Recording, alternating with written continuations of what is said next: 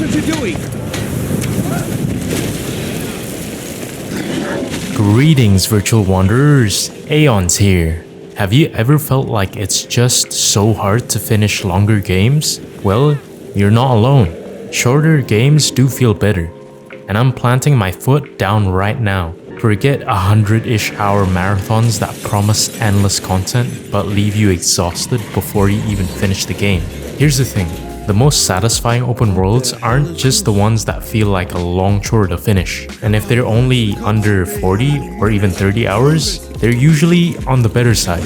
They're the ones that keep you locked in, engaged every step of the way, and make you want to actually finish the game. So, to break down our hot take on why shorter open worlds work better, why massive ones can sabotage themselves, and how the best games balance exploration, side content, and story pacing. No? How about we thumb wrestle? Okay, face punch it is.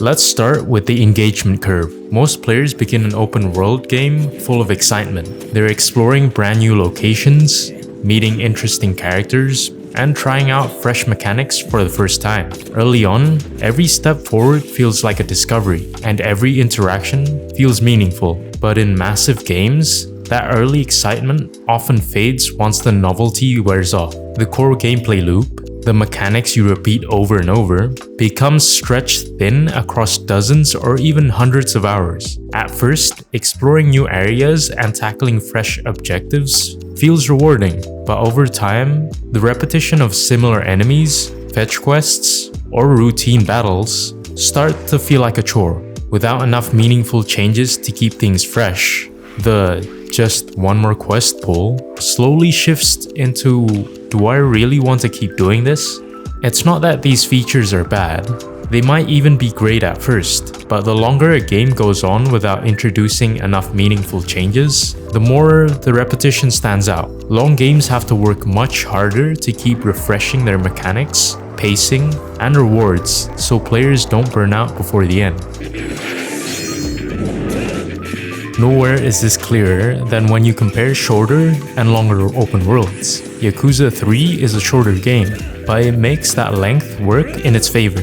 Its main story keeps you hooked with story pacing, while side activities like quirky sub-stories, mini-games, and slice-of-life moments give you quick bursts of variety without ever dragging things out. By the time you've seen what it has to offer, the game is already building toward its finale. Now compare that to Cyberpunk 2077, which is much longer. Early on, its gigs and side jobs feel exciting and add to the atmosphere of the night city. But after a while, they start blending together. The repetition makes the world feel busy, but not always meaningful, and that spark of excitement fades. Shorter open worlds sidestep the problem by moving quickly from one engaging moment to the next, cycling through their features before the player has a chance to get tired of them. While longer games, despite being ambitious and expansive, risk stretching their engagement loop too far and leaving players worn out before they ever see the conclusion.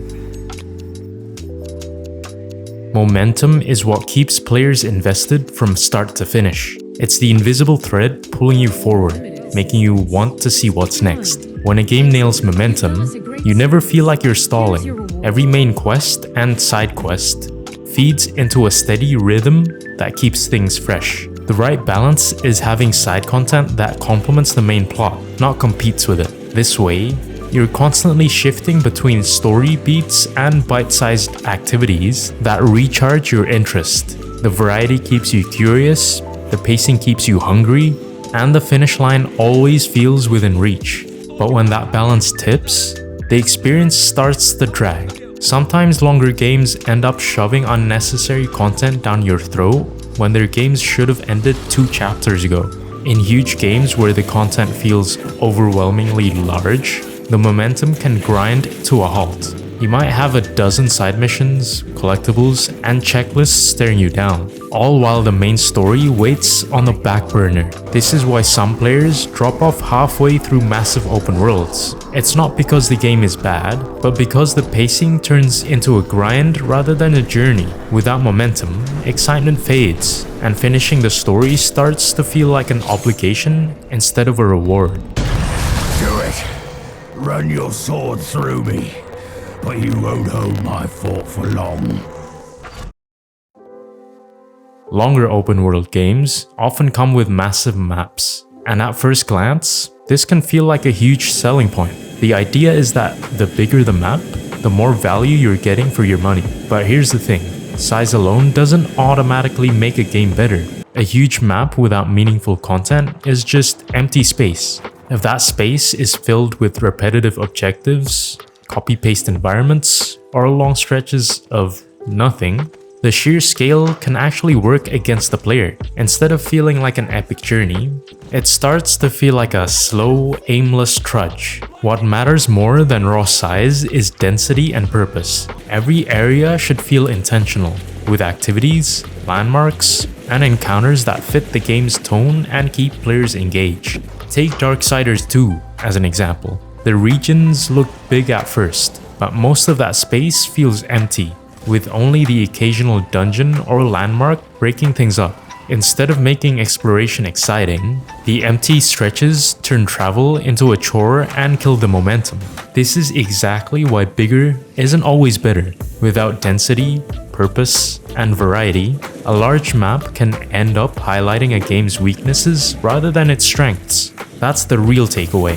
A smaller, well-designed map can leave a bigger impact than a massive one that's empty at heart.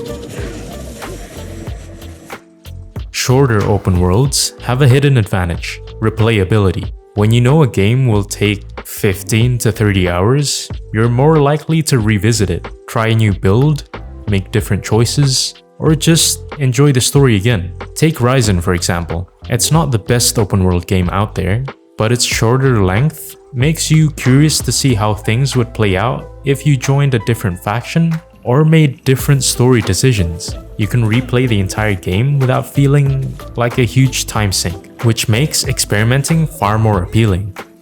With massive open worlds, replaying feels like a chore because the time investment is just too big. The Witcher 3 is a perfect example. It's an incredible game with a phenomenal narrative, but to see how a single choice might play out differently, you'd have to run through what feels like a full marathon. The thought of investing another 100 hours just for small variations in the story is enough to stop most players from even trying.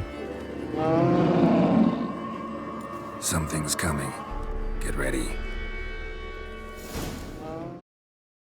It's important to say this. Not every long game fails at engagement. A huge world with 100 hours of content can still work if the game keeps players invested through evolving systems, layered mechanics, and rewards that scale with time. The difference between a boring long game and a great one isn't just length, it's variety and growth. Players need to feel that the deeper they go, the more the game opens up, whether that's through new mechanics, changing challenges, or progression that changes how you approach the world. In short, a long game has to give you more than just more of the same.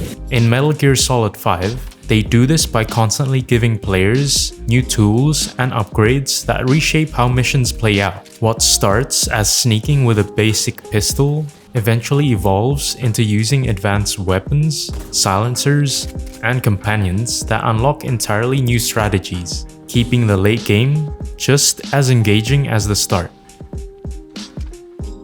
To wrap up our hot take on shorter open world games, we've seen how the engagement curve in long games can collapse once the novelty fades, leaving players stuck in repetitive loops with mechanics that have long lost their spark.